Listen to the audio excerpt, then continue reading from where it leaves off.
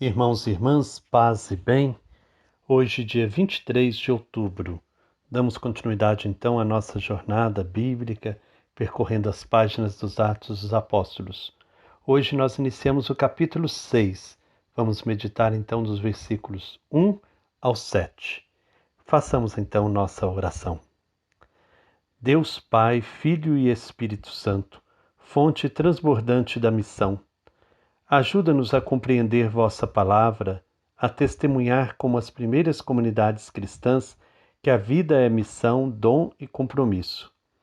Que os encontros que faremos percorrendo as páginas dos Atos dos Apóstolos ajudem a cada um de nós a ser testemunha profética do Evangelho numa igreja em saída de discípulos e missionários em estado permanente de missão.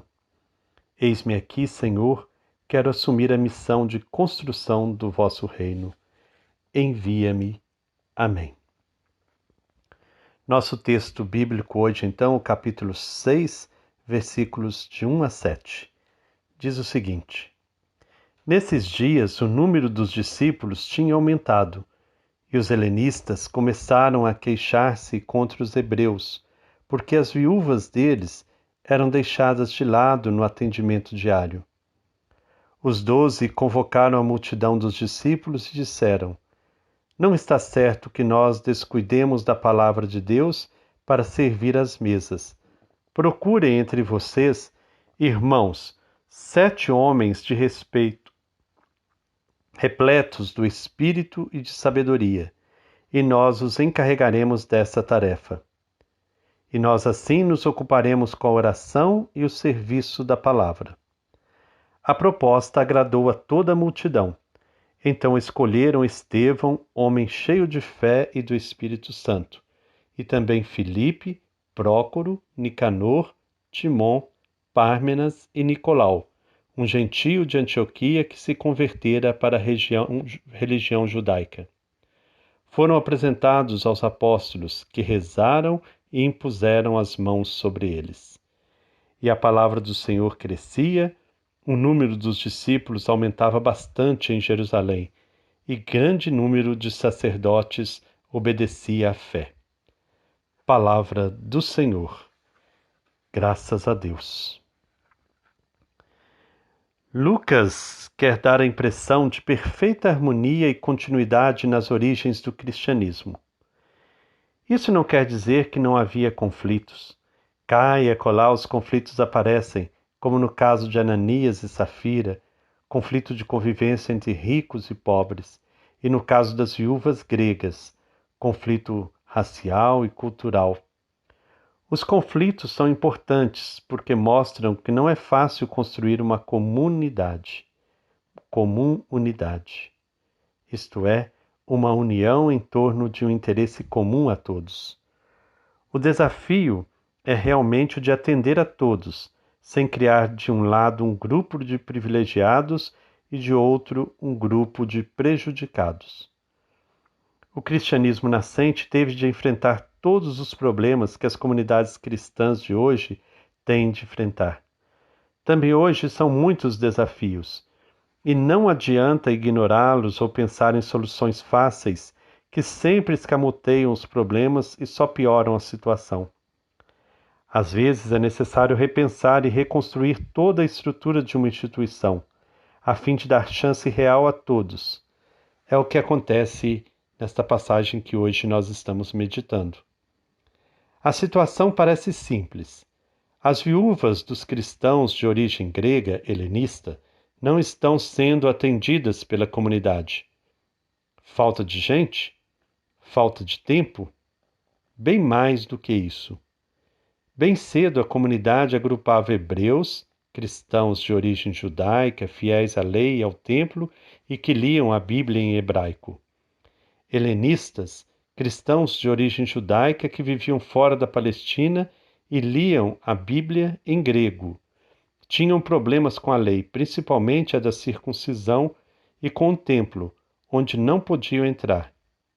E também os prosélitos, pagãos de origem grega simpatizantes da religião judaica. O problema é que os hebreus de observância estrita das leis do judaísmo não comiam na mesma mesa com os helenistas e prosélitos, pois, segundo a lei, ficavam impuros.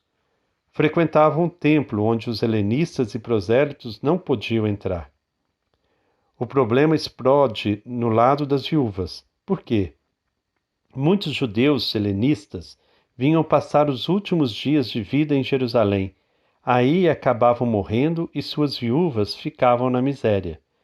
A comunidade de Jerusalém tinha certamente uma caixa comum para atender às necessidades das viúvas, inclusive talvez refeições comunitárias, um sopão para os pobres.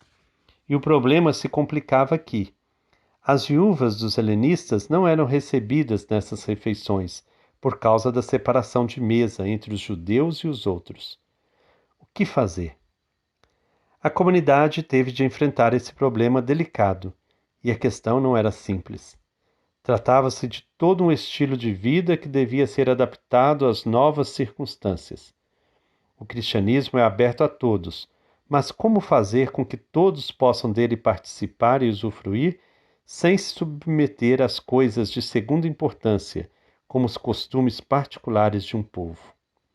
É o problema de hoje. Será que os cristãos da América, da África, da Ásia e da Polinésia têm que ter os mesmos costumes que os cristãos da Europa e de Roma?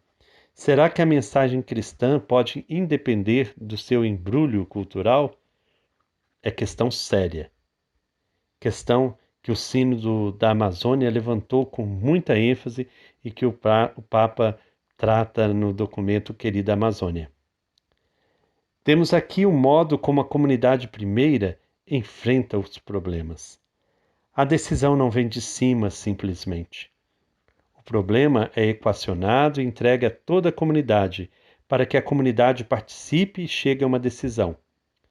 Os 12 não querem misturar o anúncio da palavra com serviço às mesas. Em outras palavras, não querem se sobrecarregar. Não querem misturar evangelho com a economia. Querem reservar para si o serviço da palavra e que outros cuidem das questões econômicas da comunidade. O que não vai acontecer, porém.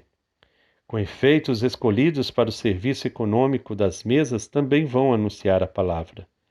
O que estava em questão era uma diferenciação da comunidade.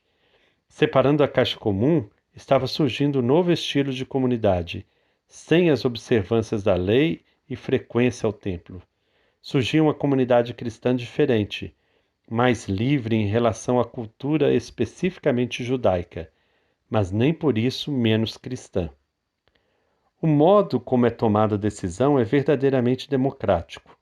Todos ficam sabendo do problema e são convidados a participar concretamente do aviamento da questão. Os 7 homens que vão dirigir um novo estilo de comunidade são escolhidos pela comunidade. Homens de boa fama, cheios do espírito e de sabedoria, os mesmos critérios que são exigidos para escolher um bispo ou um diácono. Mas é a comunidade que escolhe os que irão estar à sua frente. E todos os nomes escolhidos são gregos, contando inclusive com um prosélito de Antioquia, uma região distante. É o fermento cristão que vai fermentando todos os tipos de pão, e não apenas o judaico. Uma verdadeira lição de ecumenismo interno. A fé cristã não exige que todos usem a mesma roupa. É possível ser cristão numa cultura diferente, pois o cristianismo não exige que todas as pessoas tenham a mesma cor na pele ou nos olhos. A imposição das mãos indica a transmissão do dom que a pessoa possui. Ou seja, os 7 têm agora o mesmo poder e carisma que os 12.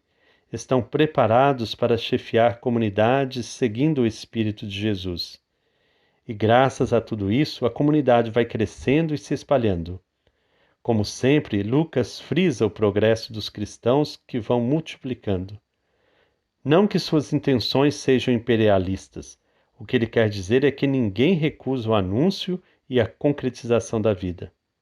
Por outro lado, a conversão de sacerdotes judeus mostra que o cristianismo vai encontrando adeptos, inclusive do lado inimigo. Cedo ou tarde, as pessoas descobrem que a salvação está justamente naquilo que mais combatiam. Às vezes pensamos que o mundo é mau, mas um dia acabamos descobrindo que o mundo é muito bom. Nós é que muitas vezes o estragamos.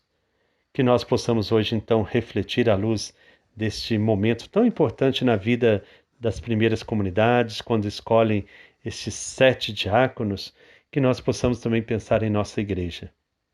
Os ministérios na igreja primitiva surgem para responder às demandas sociais e pastorais. Essa prática persiste em nossos tempos? Somos verdadeiramente uma igreja ministerial? Você reconhece ministérios que de fato respondem aos apelos do nosso tempo? Como você vê isso na nossa igreja hoje? Essa prática de ministérios que respondam às demandas sociais e pastorais persiste em nosso tempo? Que nós possamos hoje refletir sobre isso e tomarmos consciência cada vez mais da importância dos ministérios dentro de nossa igreja. Que o Deus, fonte de amor e bondade, nos abençoe e nos guarde. Em nome do Pai, do Filho e do Espírito Santo. Amém. Paz e bem.